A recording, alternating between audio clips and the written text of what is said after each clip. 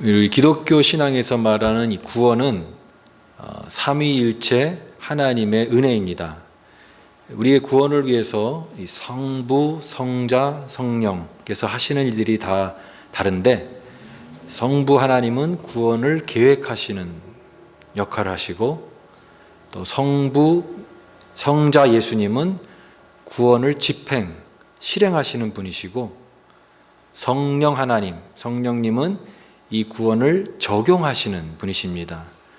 우리 성도가 구원의 완성, 구원의 시작과 완성에 이르기까지 그 과정 속에서 성화가 되어지고, 또 우리가 예수 그리스도 하나님의 그 사람으로 다듬어져 가는 이 모든 과정 속에 개입하셔서 역사하시는 분이 성령님이 하시는 일입니다.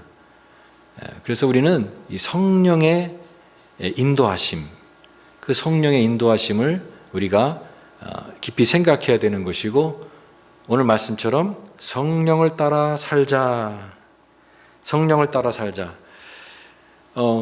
그리스도인의 그 삶이 참 중요하다고 생각이 됩니다. 우리가 무엇을 믿느냐, 바른 신앙도 중요하지만 어떻게 살아야 되느냐, 하나님의 구원받은 성도로서 어떻게 살아가야 되느냐, 이 삶의 문제가 중요한 문제라고 생각이 됩니다. 혹자는 예수 믿는 사람들이 변화된 삶이 있기나 한가, 이렇게 비아냥거리듯이 말하는 사람도 있습니다. 교회에서만 자기네들끼리만 좋다고 하지, 과연 예수 믿는다고 하는 사람들이 변화된 그런 사람들의 모습이 있느냐, 이렇게 도전적인 질문하는 사람들도 있죠. 그런 질문을 받을 때 우리의 대답은 있다라고 하는 것이죠. 있다.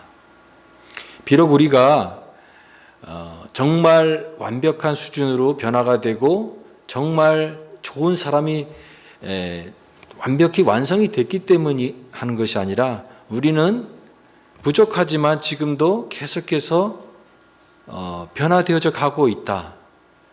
주님이 기뻐하시는 그런 삶으로 우리가 변화되어져 가고 있다.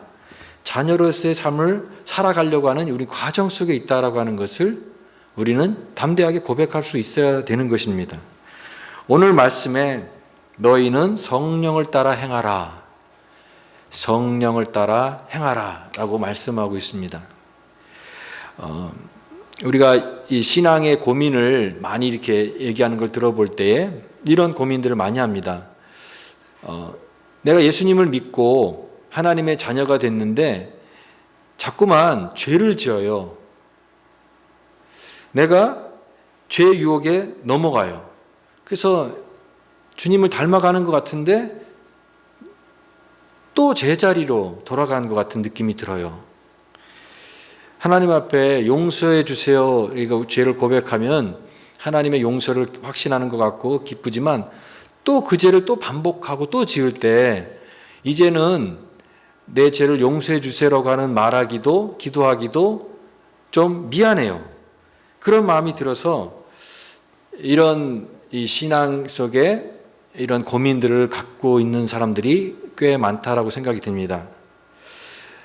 우리 그리스도인의 삶을 이렇게 좀 충만하게 능력 있게 살아야 되는데, 그러지 못하고 우리 자신에 대한 이런 좌절, 또 죄의 유혹에 자꾸만 넘어지는 그런 연약한 모습들이 있는데, 과연 그러면 이런 속에서 우리가 어떻게 삶을, 그리스도인이 다운 그런 삶을 살아갈 수 있느냐, 그런 삶의 동기와 힘과 능력을 어디서 우리가 공급받을 수 있느냐라고 하는 그런 질문을 한다면 오늘 말씀이 바로 그의 대답입니다.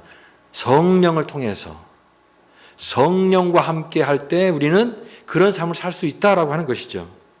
제가 며칠 전에 저희 집 아파트 베란다에서 이렇게 보고 있는데, 하늘을 보고 있는데 새들이 이렇게 날아가더라고요. 근데 그 새는 혼자 이렇게 높이 굉장히 떠 있는데, 그 새가 정확히 무슨 새인지는 잘 모르겠는데 좀 등치가 있는 그런 큰 새였어요. 그런데 하늘에 이렇게 떠 있는 거예요. 그리고 떠 있고 이동을 하는데 날개짓을 안 하더라고요.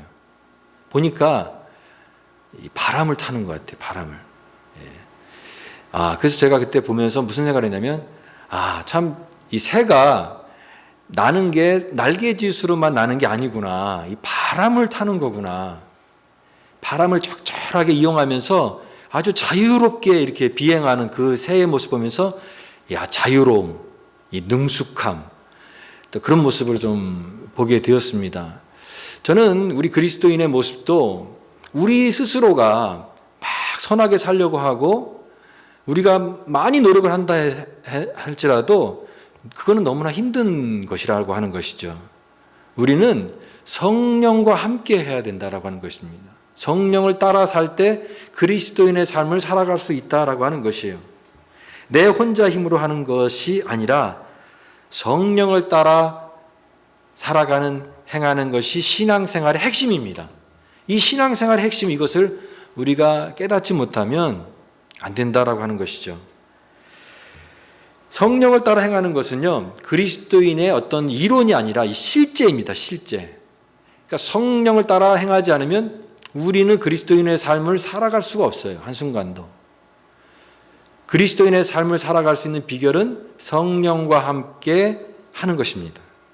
그래서 오늘 우리에게 주시는 이 말씀, 너희는 성령을 따라 행하라. 우리 피오리아 한인장로교회 우리 성도들, 저를 포함한 모든 믿음의 공동체에 주의 성령께서 하시는 말씀, 너희는 성령을 따라 행하라. 이 말씀을 오늘 이 아침에 저희에게 주시기를 원하십니다.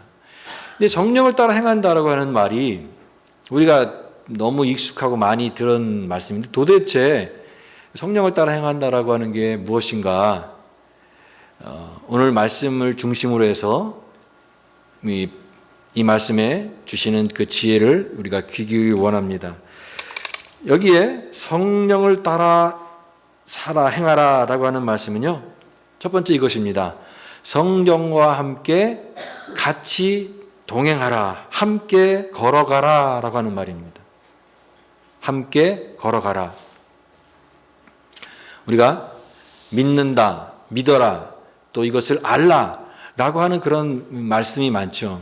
그러나 그것과 또 주시는 말씀은 행하라, 그렇게 살라, 그렇게 너의 그 신앙과 알을 삶으로 적극적으로 나타내는 삶을 살아라라고 주님께서는 또한 말씀하시는 것이죠.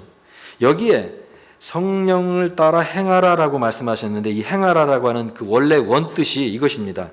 이리저리 걷다. 이 주변을 이리저리 걷는 것이고요. 너희는 성령 안에서 계속 걸어 다녀라, 이런 말입니다. 뭐라고요? 성령과 함께 계속 걸어 다녀라. 동반자처럼, 우리 동반자가 같이 이렇게 동행하는 사람이잖아요. 같이 움직일 때 같이 움직이고 멈출 때 멈추고 이렇게 같이 동행하는 것입니다. 성령과 함께 행하라고 하는 말은 성령과 함께 행동하라고 하는 것입니다. 그냥 내가 필요할 때만, 내가 어떤 어려움이 있을 때만 이렇게 호출하는 그런 것이 아니라 내가 매일매일 살아가는 삶 속에 같이 움직여가는 것이다. 계속적인 개념인 것입니다. 성령의 동행은 한순간이 아니라 그리스도인의 삶에 매일매일 순간순간 계속된다라고 하는 것이에요. 일상의 삶에서 매 순간 같이 하는 것입니다.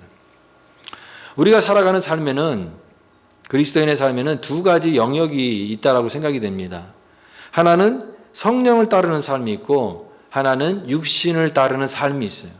그런데 이 두 가지가 양립하기가 힘듭니다.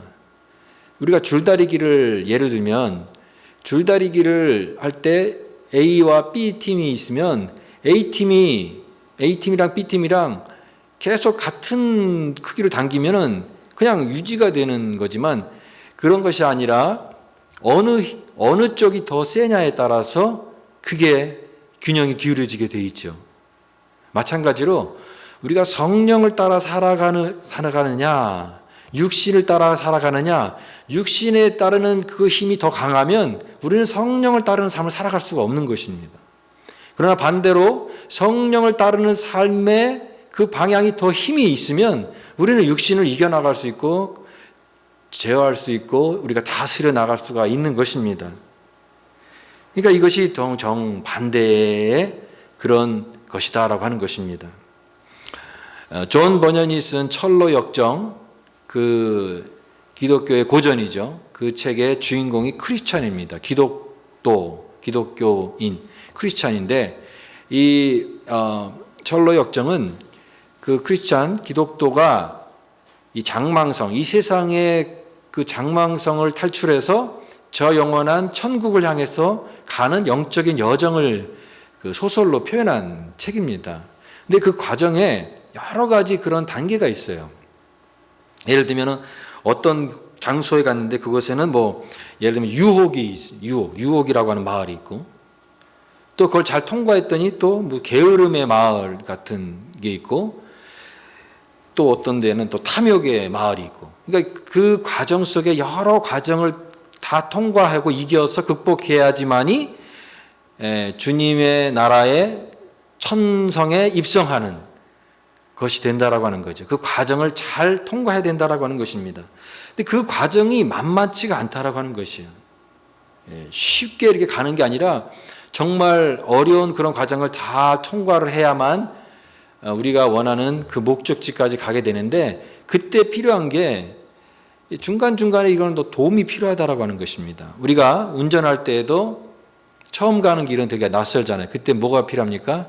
내비게이션.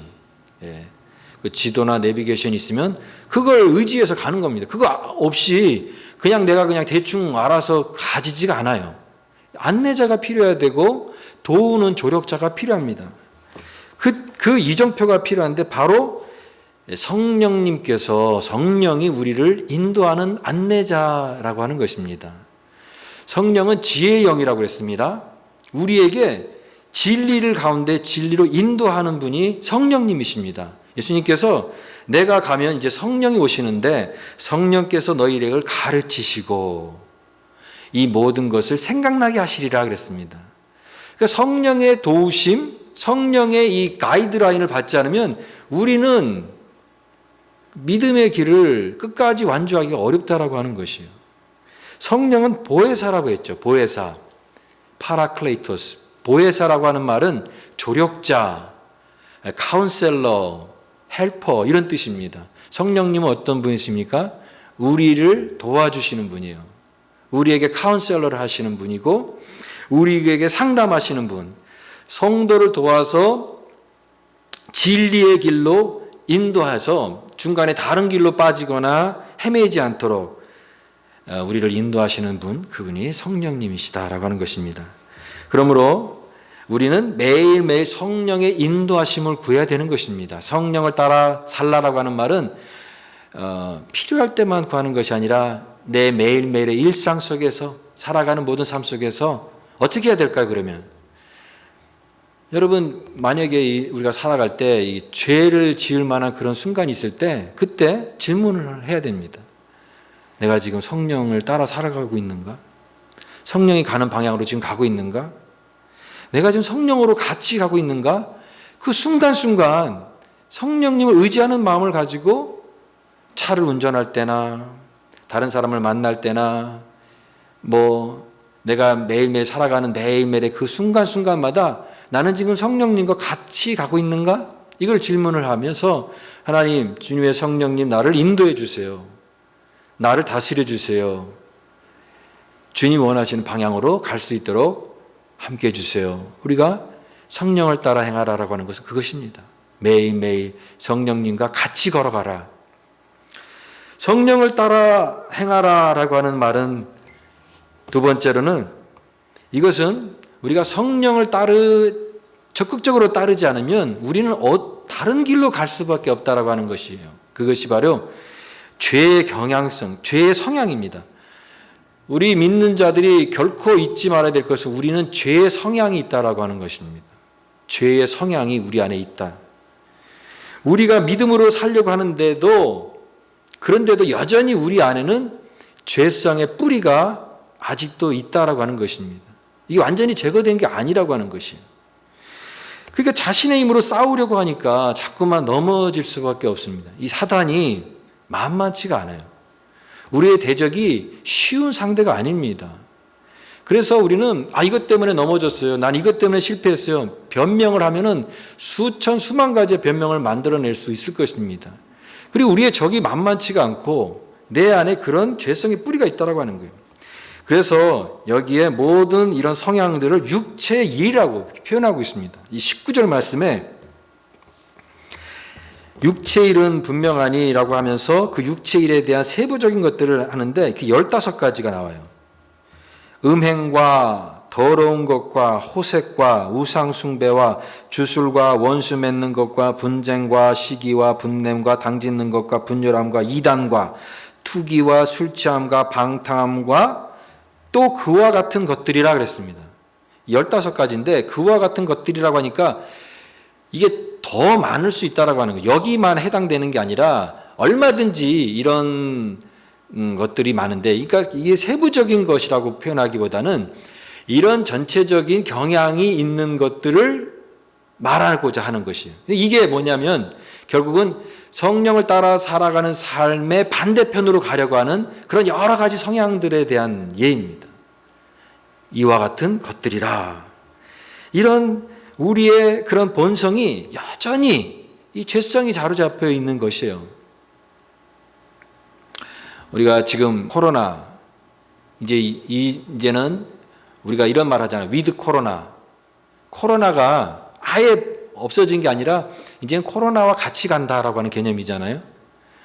1년에 한 번씩 독감 주사를 맞는 것처럼 그냥 독감 바이러스가 없어진 게 아니니까 그냥 독감과 같이 그냥 살아가는 거죠. 코로나와 같이 살아가는 거예요. 마찬가지로 우리의 죄성이, 우리가 예수 믿고 구원받는다고 해서 우리의 죄성이 완전히 없어지고 완전히 뿌리가 다 뽑혔다, 그게 아니라 이 죄성이 같이 여전히 우리가 언제든지 죄성이 있기 때문에 범죄할 수 있는 그런 부분이 있지만 그것을 같이 가는 개념이라고 하는 것입니다.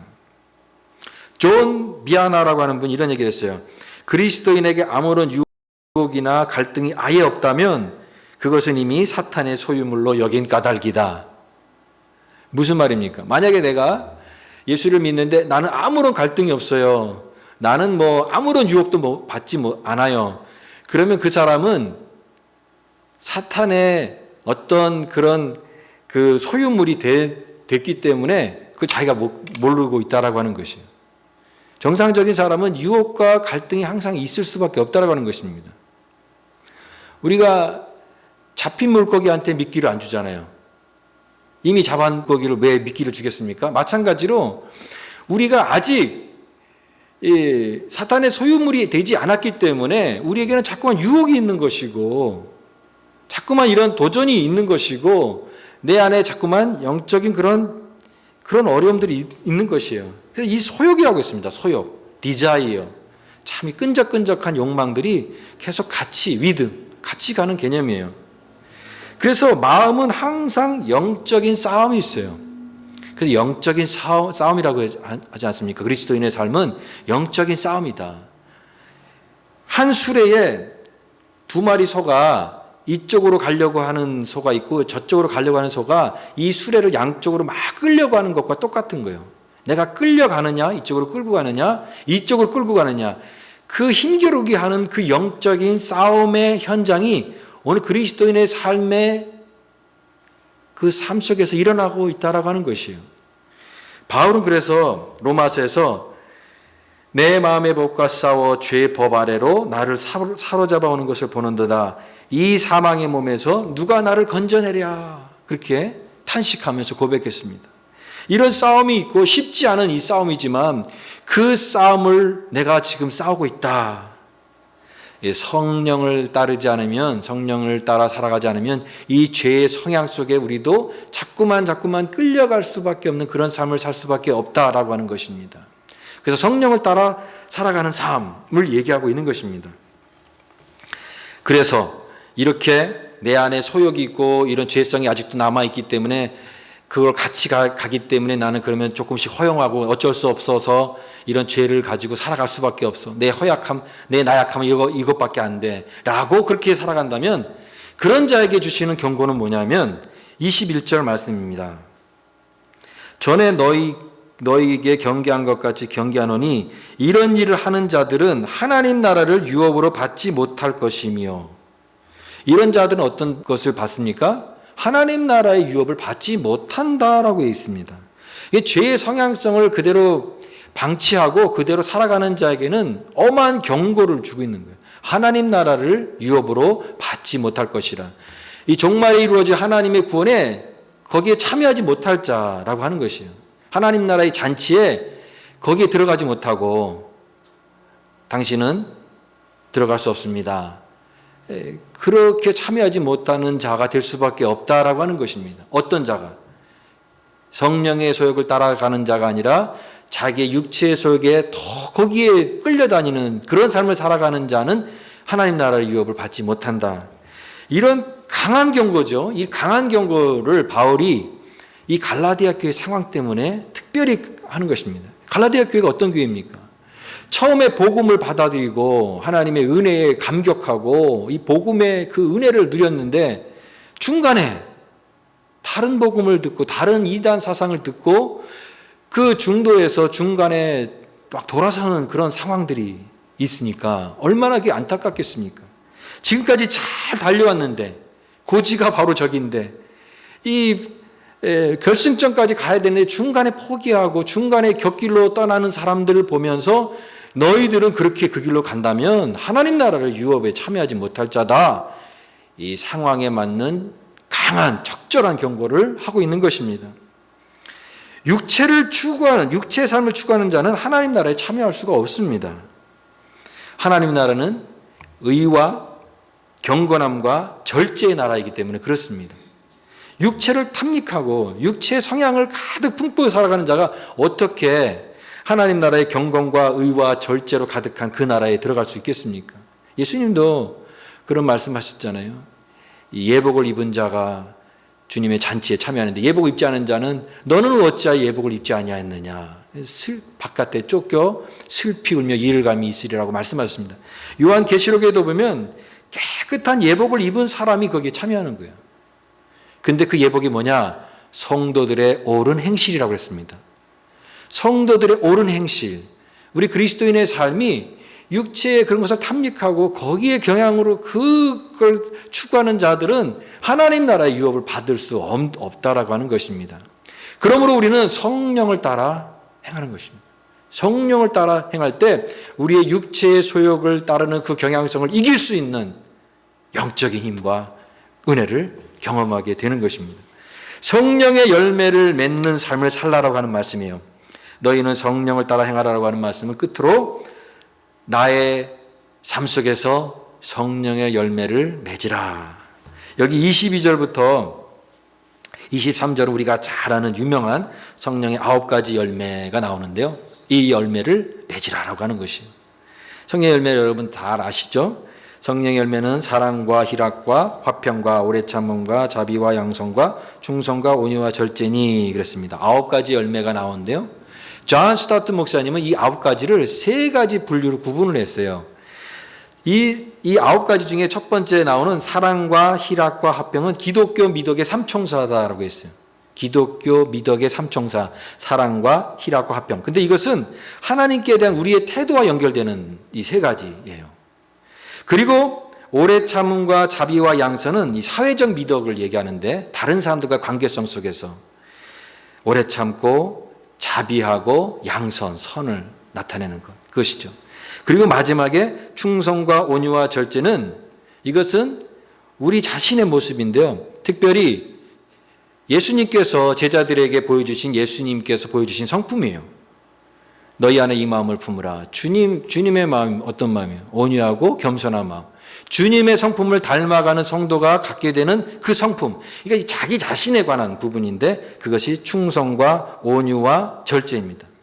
이 성령의 열매, 이 9가지 열매인데 이 성령의 열매를 성령을 따라 살아가는 삶 속에 이것을 맺으라고 하는 것입니다. 성령의 열매만 또 성령의 열매는 이것만으로도 설교하기에도 벅찬 내용인데 오늘은 성령의 열매에 대해서 다 다룰 수는 없습니다. 그러나 이 성령을 따르는 삶에는 이러한 열매를 맺는 것이다라고 하는 것입니다. 이 열매라고 하는 단어를 쓰면 저는 항상 떠오르는 게 뭐냐면 정원이 생각납니다. 정원. 밭. 예. 밭이 생각나요. 예수님께서도 이 천국은 마치 밭과 같다라고 비유를 하셨잖아요. 여러분, 밭에다가 그러니까 거기서 이제 열매가 자라는 거잖아요. 씨앗이 자라고 열매가 자라고 꽃이 자라는데, 이 정원, 우리의 마음이 밭이라고 했습니다. 우리의 마음이 정원이에요. 근데 이 정원은요, 어떻게 해야 되냐면, 우리 농사 지시는 분들 다 알잖아요. 가꿔야 된다라고 하는 거예요. 그냥 가만히 놔두면 이 마음의 밭의 정원은 자라긴 자라는데, 뭐가 자라면 자풀이 자라요. 쓸데없는 게 자라고, 악한 오늘 말씀에 표현하면 육신의 소욕이 자꾸 자라요. 예를 들면 우리 이런 동네에 공터가 있다고 생각해 봅시다. 공터가 있으면 그 공터에 깨끗하게 보존되나요? 아닙니다. 사람들이 거기다 다 쓰레기 버려요. 쓰레기. 관리되지 않는 그 공터는 자꾸만 쓰레기 버려요. 사람들이 지저분하게. 자꾸만 거기 자풀이 자라고 더러워지는 거예요. 우리의 마음밭도 마찬가지예요. 여러분, 성령의 소욕을 따르는 자라가 해야 될 것은 이 마음밭을 가꾸어 가야 되는 거예요. 내 마음의 밭을 계속해서 가꾸어 가지 않으면 그냥 여기 안에는 자꾸만 나쁜 것들이 생길 수밖에 없다라고 하는 것입니다. 여러분의 마음밭을 잘 가꾸고 있습니까? 오늘 예수 믿으면서 내가 정말 부족한 부분 다 있잖아요. 하나님, 내가 이런 부분이 너무 부족한데, 내가 지금 이 마음의 밭을 예수님 믿으면서 이런 부분, 참 연약한 부분을 자꾸만 갖고 가는데 이게 잘 안 됩니다. 그러면서 여러분 마음에 그게 하나님의 은혜를 의지하면서 변화된 부분이 있습니까? 어떤 사람은 이런 얘기를 해요. 예수 믿는다고 해서 이게 변화된 부분이 없는 것 같다. 교회 신앙생활하는 분 중에 착한 분이 계시지 않느냐? 그 사람은 원래 착한 사람이기 때문에 그런 거다라고. 저분은 예수 안 믿어도 원래 그런 착한 성향이 있기 때문에 착한 분이다라고 얘기하는. 그런 얘기 들을 때 어떤 생각이 드냐면, 그런 부분도 있지만 우리가 정말 듣고 싶은 얘기는 뭐냐면, 예수님 믿어서 변화된 부분이거든요. 내가 그런 사람인데 내가 예수 믿고 나서 내가 이런 부분이 변했습니다. 내 마음을 가꿔서 이렇게 예전에 거칠고 참 이렇게 무자비하고 그런 사람이었는데, 말도 함부로 하는 그런 사람이었는데 내가 예수 믿고 나서 이렇게 변했습니다. 그게 은혜가 되는 거잖아요. 그런 열매, 성령의 열매를 맺어가는 것은 내 마음밭을 자꾸만 잘 가꾸어서 만들어지는 것이지 그냥 저절로 되는 것이 아니다라고 하는 것이에요. 오늘 이 마지막에 여기 24절 말씀에 그 실제적인 죄의 본성을 다루는 방법 이렇게 말씀하고 있습니다. 24절 말씀, 그리스도 예수의 사람들은, 여기에만 나오는 독특한 표현이에요. 그리스도 예수의 사람들. 오늘 우리가 그리스도 예수의 사람이에요. 근데 그리스도 예수의 사람들 어떤 사람들이냐면, 육체와 함께 그 정욕과 탐심을 십자가에 못 박았느니라 그랬습니다. 예전 성경에는 정과 욕심이라고 되어 있는데, 지금 번역본에서는 정욕과 탐심을 십자가에 못 박았느니라 그랬습니다. 성령을 따라 살아가는 삶은 예수님을 닮아가는 사람인데, 예수님이 십자가에서 죽으신 것을 닮아가는 겁니다. 그것까지도. 예수님이 십자가에서 우리 죄를 위해서 죽은 것처럼 예수님을 닮아가는 자들은 자기의 십자가를 지고 자기의 정과 욕심을 십자가에 매다는 사람입니다. 우리의 죄성을 십자가에 매다는 거예요. 그래서 십자가에 죽는다라고 하는 표현을 쓰죠. 사도 바울이 그랬잖아요. 나는 날마다 죽노라. 나는 날마다 죽노라. 내가 죽어야 내 안에 예수께서 사시기 때문에. 그래서 나는 죽고 예수로 사는 사람. 그렇죠? 내가 죽어야. 근데 우리는 내가 죽어야 된다. 십자가에 못 박아야 된다. 이렇게 얘기하면은 그게 항상 이런 생각이 들어요. 내가 그럼 손해봐야 되고, 내가 무슨 희생해야 되고, 나를 억제해야 되고, 내가 하고 싶은 것도 아무것도 하지 말아야 되고, 그렇게 생각하기 쉽은데 그게 아닙니다. 여러분, 항상 이게 반대급부가 있습니다. 우리가 무언가를 얻는다라고 하는 것은 무엇을 잃는다라고 하는 것과 똑같은 거예요. 내가 얻는 게 있으면 잃는 게 있어요. 반대로 내가 잃는 게 있으면 내가 얻는 게 있습니다. 예를 들면 어떤 사람이 열심히 일을 해요. 열심히 일을 해서 부를 얻었어요. 근데 뭘 잃어요? 건강을 잃어요. 명예를 얻었어요. 명예를 얻었는데 가족을 돌보지 않아서 가족을 잃었어요. 내가 얻는 게 있으면 잃는 게 있습니다. 오늘 정과 욕심을 십자가에 못 박을 때 얻는 게 뭘까요? 내가 희생할 때, 내가 그것을 포기할 때 얻는 것은 예수님의 생명입니다. 성령을 따라 살아가는 삶이에요. 주님이 주시는 그 풍성한 생명을 내가 얻기 위해서 그것을 포기하는 것이에요. 내가 손해보는 것이 아닙니다. 더 큰 가치를 내가 얻기 위해서. 그러니까 이 질문은 뭐냐면 내가 무엇에 가치를 두고 살아가느냐, 내가 정말 원하는 게 뭐냐, 그것을 위해서 내가 모든 걸 다 드릴 수 있는 그게 뭐냐라고 했을 때 육체를 만족시키는 삶이 아니라 주님 원하시는 성령을 따라 행하는 삶, 주님의 풍성한 생명에 내가 거기에 가치가 있고 그게 소망이 있기 때문에 이거 성과 욕심을 십자가에 못 박을 수 있다라고 하는 것입니다. 오늘은 종교개혁주일입니다. 고인물이 썩는다고 그랬습니다. 오직 개혁을 통해서만이 우리의 신앙의 순수성을 지킬 수가 있습니다. 우리 신앙도 끊임없이 새로워져야 됩니다. 성령을 따라 살아가기 원합니다. 성령을 따라 살아가요. 성령께서 우리에게 새로운 은혜를 주시고 새로운 마음을 주셔서 오늘 우리 성령의 열매를 맺어가는 우리 모든 믿음의 성도들 다 될 수 있기를 주님의 이름으로 축원합니다.